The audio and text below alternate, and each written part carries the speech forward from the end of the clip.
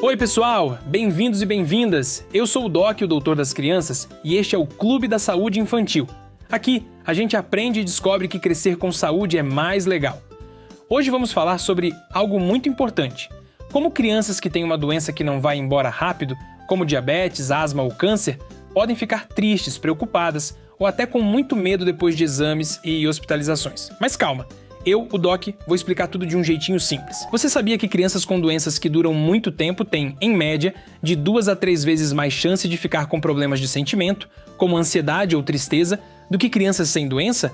É como se, em vez de só uma criança em 10 ficar ansiosa, 2 ou 3 sentissem isso. E cada doença traz um desafio diferente. No diabetes tipo 1, 1 em cada 3 crianças fica bem ansiosa com medo de crise de açúcar. Já no câncer, o sofrimento vai em 2 ondas. Primeiro durante o tratamento, depois quando o tratamento acaba, 1 em cada 4 crianças ainda sente lembranças ruins, como se o susto voltasse na cabeça. Doenças que mudam o jeito de a gente se ver no espelho, como grandes queimaduras ou problemas na pele, podem deixar o coração mais apertado na escola ou na adolescência, fazem que a aparência conta muito para a turma. E nas doenças neurológicas, tipo epilepsia, existe o estigma, aquele preconceito bobo. Pesquisas daqui do Brasil mostram que quase 4 em cada 10 crianças com epilepsia têm problemas de comportamento. Agora, vamos entender como a cabeça da criança vai se adaptando. Primeiro vem o choque. Como assim eu vou ter que lidar com isso todos os dias? Depois, aos poucos, ela tenta se ajustar, mas com altos e baixos. Por fim, a doença vira parte da vida. Não manda em tudo, mas está ali. Só que no Brasil, quase metade das crianças nessa fase do me ajustando tem dificuldade grande. Muitas voltam a fazer xixi na cama, ficam irritadas ou sentem dor de barriga sem explicação. Sabia que o que mais ajuda é o apoio da família e dos amigos, e não só o quão grave é a doença? Uma família que conversa, abraça e ouve faz toda a diferença. Falando em apoio, nossa turma Léo e Nina contou que um coleguinha do bairro, o João, precisa ir muito ao hospital por causa da asma. Quando a mãe dele respira fundo e explica cada passo do exame, João fica bem mais calmo. Olha aí o poder da família. Mas às vezes o medo fica maior e vira o que chamamos de transtorno de estresse pós-traumático, ou TEPT. É como se o susto grudasse na memória e voltasse toda hora. Imagine entrar no hospital só para um curativo, e o coração disparar, a mão suar, a cabeça querer fugir. Isso é o TPT agindo. Ele pode aparecer em até 1 em cada 3 crianças depois de procedimentos dolorosos, principalmente em tratamentos pesados como câncer ou transplante. Em crianças pequenas, o medo aparece em brincadeiras repetidas, bonecos tomando injeção sem parar. Nos maiores, surgem dores de barriga e notas mais baixas na escola. Já em adolescentes pode virar isolamento, ideias tristes ou até querer se machucar. Como a gente descobre isso cedo? Usando perguntas simples, desenhos e algumas escalas, questionários feitos especialmente para crianças brasileiras. Equipes treinadas conseguem achar 2,5 vezes mais casos do que aquelas sem treinamento. Vamos falar de risco? Quanto mais agulhadas, exames e internações longas, maior a chance de trauma. Ficar mais de 2 semanas internado deixa a criança bem vulnerável. E se a família também está muito ansiosa, o risco aumenta em 4 de cada 10 casos. O ambiente do hospital também conta. Um quarto sem cor, sem espaço para brincar, pode assustar. Mas se tiver desenho na parede, brinquedos e uma equipe que explica tudinho, o medo diminui bastante. Lá dentro do corpo, o cérebro da criança ainda está em construção. Quando o estresse bate forte e por muito tempo, partes importantes como o hipocampo, região da memória, podem ficar menores. E o hormônio do estresse, o cortisol, perde a noção do relógio, bagunçando sono, fome e até as defesas contra vírus e bactérias.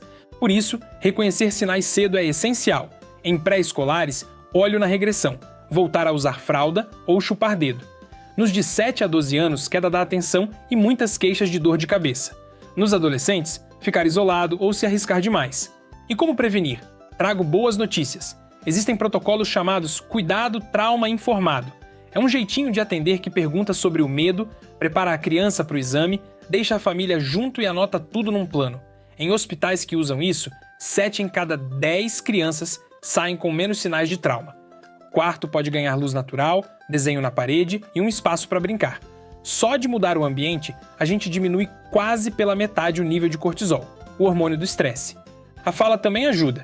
Explicar com palavras simples, mostrar no boneco como será o exame e ensinar respiração lenta funcionam muito. Equipes treinadas nisso cortam pela metade a ansiedade da criança antes da agulhada. Ah, a família! Se o pai e a mãe aprendem técnicas de calma, a chance de a criança ter TPT cai quase 2/3. Grupos de apoio em hospitais brasileiros mostram ótimos resultados. Pais compartilham experiências, aprendem a ouvir e a falar sobre o tratamento sem assustar. E se mesmo assim o TPT aparecer? Temos tratamento. A terapia chamada TFCBT, Terapia do Pensamento e do Sentimento focada no trauma, ajuda 6 a 8 em cada 10 crianças a melhorar.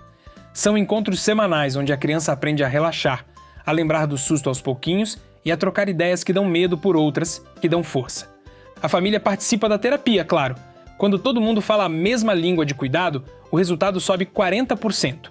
No SUS, muita gente já faz isso nos CAPSI, aqueles centros que cuidam da saúde da mente dos pequenos. Em lugares com poucos especialistas, a tecnologia dá uma mão. Sessões por vídeo podem triplicar o acesso ao tratamento. E existem outras técnicas, como o MDR, mexer os olhos para ajudar a memória, que funcionam bem para crianças que falam pouco. Professores e a escola também entram no jogo.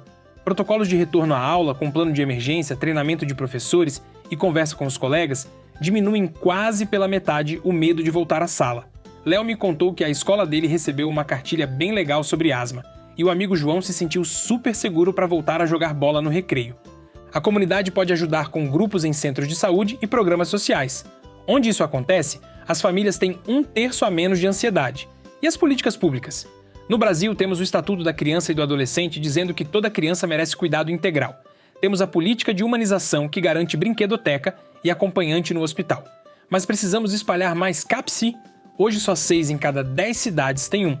Olhando para o mundo, alguns países mostram caminhos, indicadores de qualidade que medem bem-estar psicológico, integração entre hospital e escola e até retorno de 4 vezes o valor investido em prevenção, porque a criança adere melhor ao tratamento e usa menos serviços de emergência.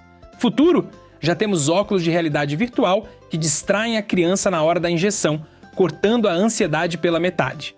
Aplicativos com joguinhos ensinam a respirar fundo e mostrar como está o humor do dia. E pesquisas com saliva observam o cortisol para descobrir quem precisa de ajuda antes mesmo do susto virar problema grande. Mas para tudo isso dar certo, médicos, enfermeiros e todos da equipe precisam de treinamento.